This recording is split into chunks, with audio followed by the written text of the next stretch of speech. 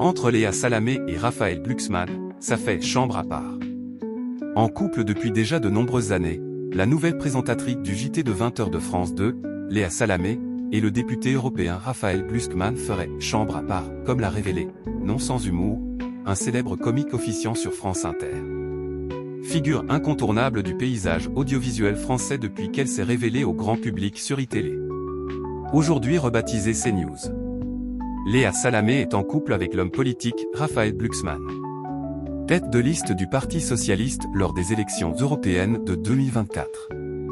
Il avait obtenu environ 14% des voix en sa faveur, terminant ainsi troisième derrière le Rassemblement national de Jordan Bardella, 31% des voix, note de la rédaction.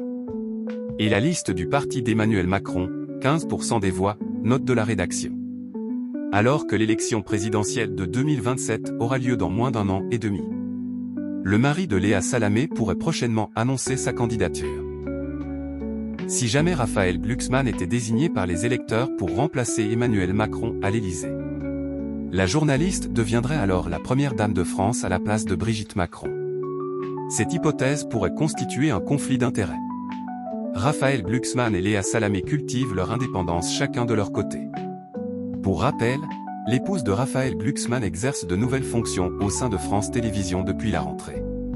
En plus de son émission hebdomadaire baptisée Quelle époque ? Sur France 2.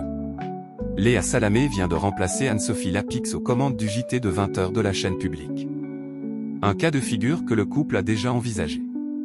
Il est évident que je me mettrai en retrait, avait notamment indiqué Léa Salamé, qui s'était déjà retirée de l'antenne de France Inter lors des élections européennes de 2024.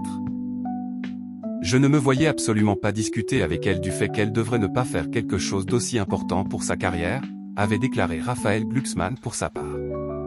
La journaliste déteste le cliché où elle apparaît aux côtés de son conjoint lors du Festival de Cannes en 2017. Jusqu'à présent, la journaliste et l'homme politique ont pris soin de cultiver leur indépendance respective vis-à-vis de l'image de leur partenaire. Une situation qui avait inspiré l'humoriste Mathieu Noël pour l'un de ses billets d'humeur au sein de la matinale de France Inter. Chacun a choisi de faire comme si l'autre n'existait pas. Chez les Glucksmann Salamé ça fait chambre à part, heureusement qu'ils en ont 8, avait-il lâché pour taquiner le couple. Pour éviter d'être continuellement associés à leurs conjoints dans la presse. Léa Salamé et Raphaël Glucksmann n'apparaissent que très rarement côte à côte dans les médias. Jusqu'à présent, il n'existe que 2 photos du couple réunis à des cérémonies. La première fut capturée à des obsèques, tandis que la seconde est issue de leur passage au Festival de Cannes en 2017.